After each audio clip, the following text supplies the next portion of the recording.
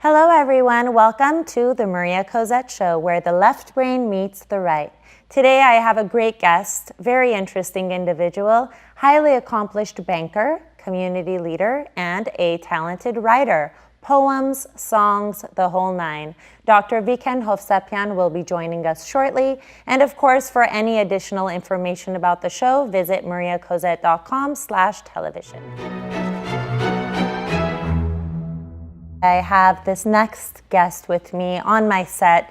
He is a very accomplished banker, a community leader, and happens to be a very talented writer. Dr. Viken Hovsepian, how are you? Hi, Maria. I'm fine. How are you? Good, thank you. So I look forward to talking about all the great things that you're doing with your writing, and I know that you've been doing it for quite some time. Tell me about, your background, your upbringing, and how that inspired your writing. Well, I was born in Beirut, Lebanon, and actually I emigrated to the States when I was 15. I emigrated with my brother. My parents stayed back, so we came and joined my sister, who was back then living in the city of Santa Monica. So we settled there, and I enrolled in the high school there, Santa Monica High School, which had a student body of 3,000. Right. And I was just about the only Armenian there. I was going to say there probably weren't very many Armenians. No, not at back the then time. at least. So a lot of solitude, Yeah. Solitude not only in the sense of social solitude, but also in terms of not being able to share thoughts or share emotions with anyone around me. So that's when probably I started going into writing. And Right. the way I see it, there is a writer in each and every one of us. It's just that whether we nurture it, whether we are encouraged to write, whether our conditions are conducive to writing. And mine was almost a perfect setting. Right. And so I start to write. And so what is your writing process, or when do you find yourself coming up with an idea or a concept, or feeling the need to just express yourself in that sense? Yeah, it's really, I don't think there is any rhyme or reason or any sort of system to it. My favorite times to write in any particular day are probably, when I wake up in the middle of the night, Right. and I know that the world is still and not much is happening around me. That's a good time to focus, and you wake up with a dream or with a nightmare or something of that nature, or some thoughts come to mind, then you start writing. And what's interesting is I found that any one of my writings are not necessarily one specific set of thoughts. They're just a confluence of different thoughts and feelings. Right. So I don't have pieces which are purely patriotic or purely romantic or of love and so on. It's probably any one piece is, a combination of everything. And so it's a process which I cannot define. It's like just I can write on the plane. I can write in the middle of the night, waking up and just starting. And to that's write. the beauty of it. There is no real rhyme or reason. And so how would you describe, if you were to describe your writing to people, maybe structurally, because I know that you're a songwriter as well, maybe structurally, what do your pieces look like? And then maybe if you can explain to the audience, because it's interesting to know what the main differences are between poems and songs. Right. So I don't have, like I said, I don't have a specific theme which is dominant in my writing. If anything, there are some elements that you see across all of my writings, whether they're poetry or whether they're prose, whatever they are. Right.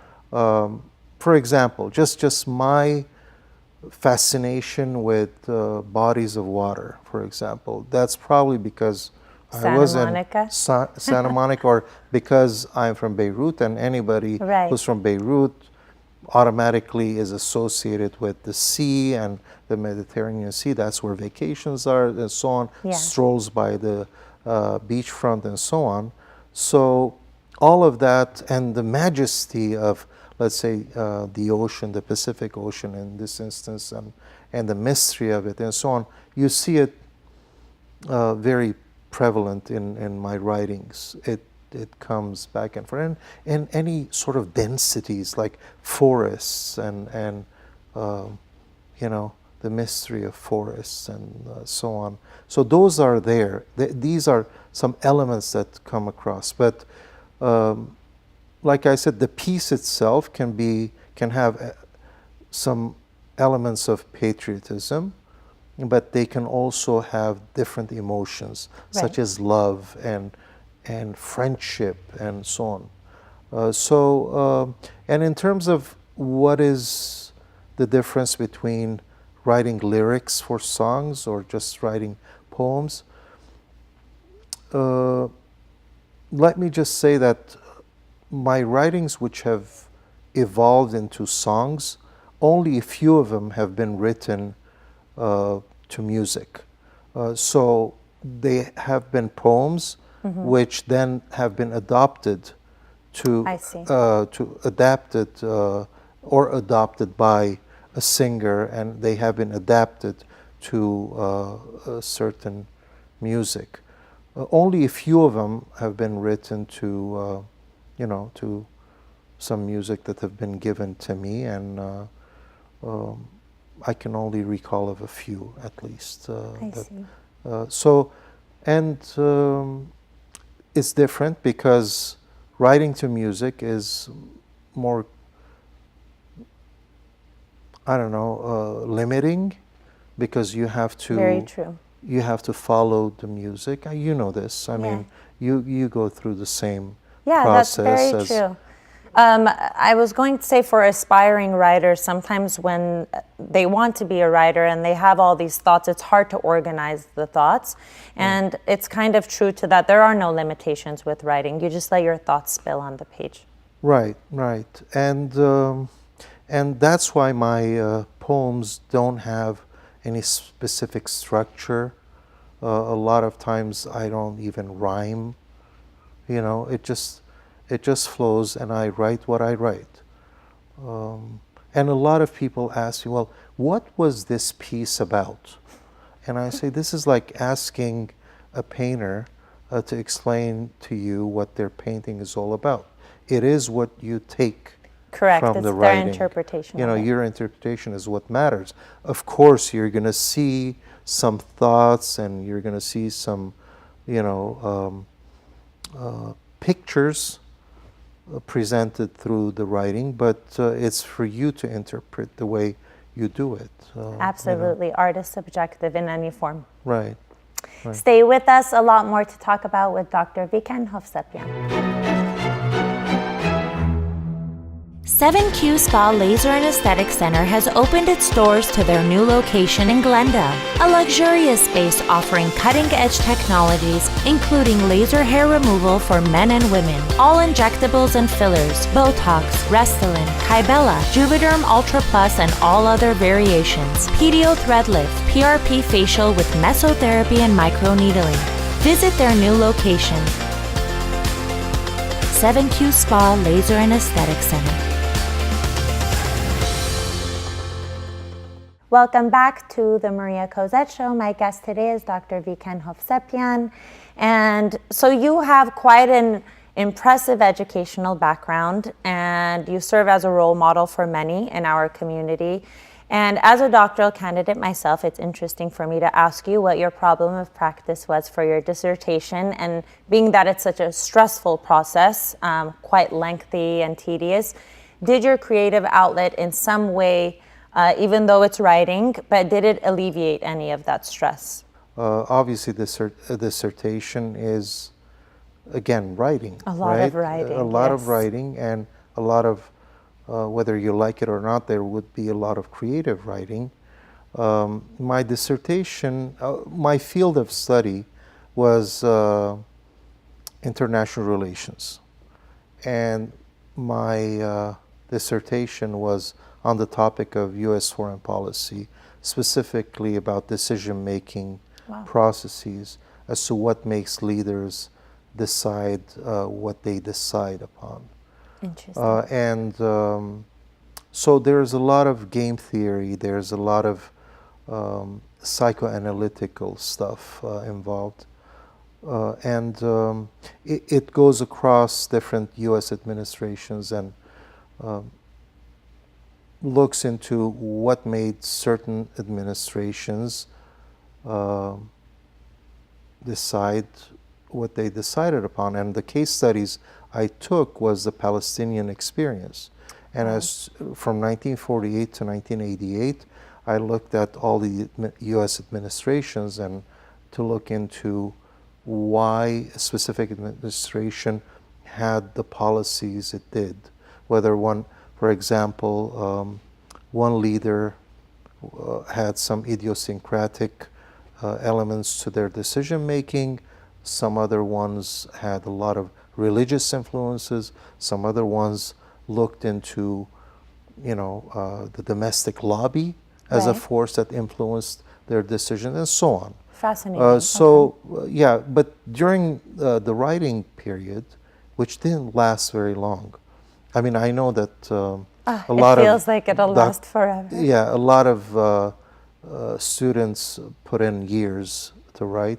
Mine was a relatively short experience. It flowed, and I was lucky that it was accepted, and I defended it, and so on. Nice. So, yes, quite the process it is, yeah. And have you ever collaborated with anybody in writing or songwriting, or what have your collaborative experiences been? In terms of poems which have made it to songs, or lyrics which have been adapted to music, yes, of course. I've most prominently on the patriotic side, Karnik Sarkisyan has used many of my writings in his songs. There have been some with Viken Hovsepian, who used some of my writings to make, to come up with songs. There have been others also. Guy Manukyan has used one of my writings. Even way back when, Vache, the singer Vache, yes. I had, one of my writings, he made into a love song. Amazing. Which has been long forgotten, but it's there, somewhere on CDs and so on. So amazing, very cool. Yeah. And why do you think it's important for people to have a creative outlet in general, whatever it may be? life is so stressful, and people try to focus and to be productive and so on. So whatever it takes to make life easier on someone, whatever that is. It can be just a hobby, it can be sports, it can be anything that can relieve the stress and it can make you function properly. A lot of people, rely on medication. A lot of people, like I said, rely on sports or other hobbies.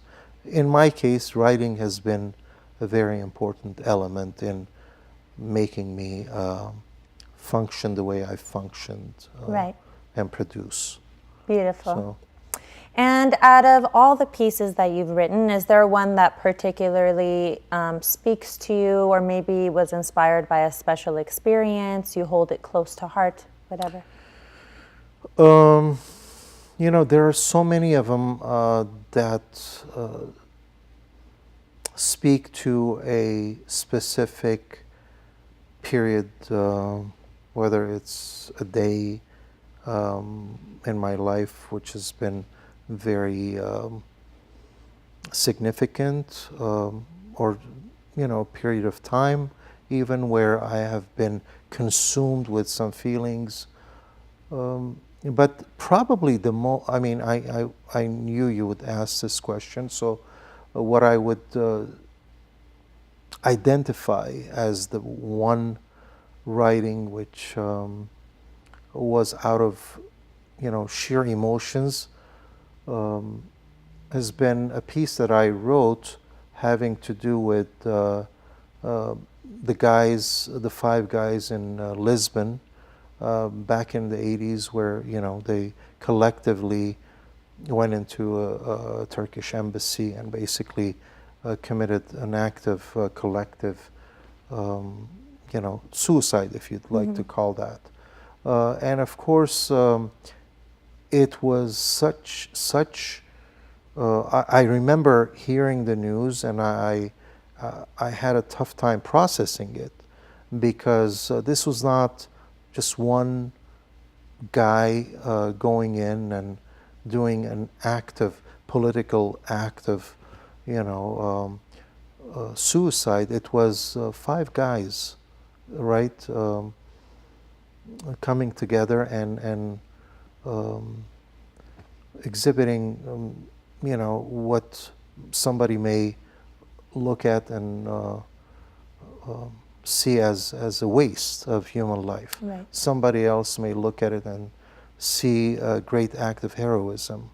So a lot of sorrow, a lot of confusion, a lot of admiration. So all of these feelings had come together, and I remember I was at an awe of what had happened. Right. So I wrote a piece, which then Karnik Sarkisyan, of course, I wrote a couple of pieces. One of them he made into song about the Lisbon Five, but this particular piece he used it as an intro, which he recited, right, and then it goes into the song. Begins. Beautiful. Yeah.